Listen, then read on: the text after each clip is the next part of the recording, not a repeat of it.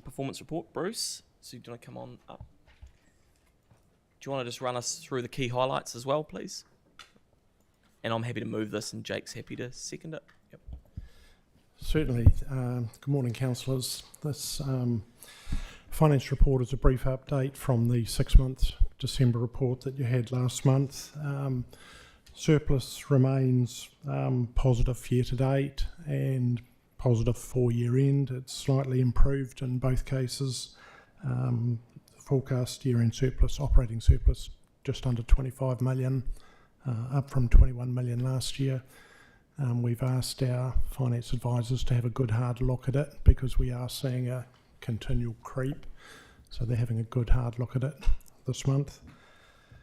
The reasons for the slight increase are covered in 3.3 and the reasons for the overall increase for the year-end forecast are in 3.4 that explain there's a number of specific items.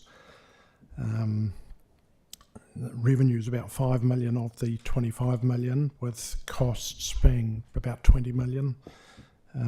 The revenue primarily relates to interest, rates income, resource consenting revenue and land information, LIMS and PIMS revenue.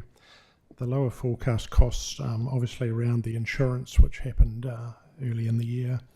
There's some personnel cost savings due to vacancies, landfill and resource recovery operations, higher staff capitalisation this year, and lower rates on council-owned properties. So they're the main reasons for the variance. As Peter mentioned, and Paul will talk to, the capital forecast remains similar to last month. Happy to take any questions. Yeah, thank you, Bruce. And I think it will be good to understand that budgeting around how we continue. I mean, surpluses are good, but like I've always said, they're not good in our environments because when we're striking a rate, we should be striking what we need to strike. So it will be good to understand that as we feed into the long-term plan as we work through it. Okay, does anyone have any questions? Yanni? Yeah, thank you. We've obviously had some unexpected expenditure with the recent flooding.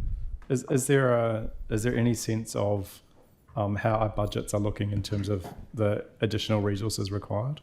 Or will we be getting some sort of reporting on that? You will be getting reporting on it. I haven't got any information at the moment on potential costs arising from that.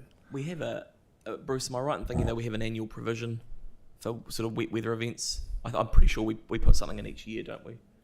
Yes, units are expected to absorb what they can within their own budgets. Yep. We do have a $500,000 operating provision as a contingency where they can't meet that. We also have a balance sheet provision of about 2.2 million. Okay. From previous years. I'm probably going off topic, but it's around the similar vein. When we declare when the Mayor declares a local state of emergency, is there any government funding that comes at that point? Through you, Mr. Chair, yes.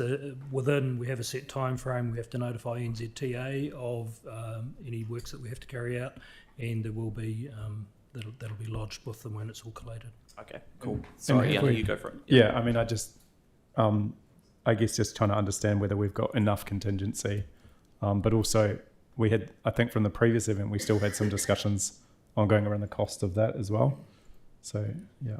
Yes, it's a trade-off between what we provide for in an operating budget and impacting rates versus the likelihood of something happening. So there's a mix of responses. Yeah. We do have some budget and we do have some balance sheet provision, and obviously at the end of the day we have borrowing if it's a significant event that we can't. There's no, just so I'm clear, there's no constraint to the recovery or the response because of lack of resources or budget, right? You will make provision for what needs to be done.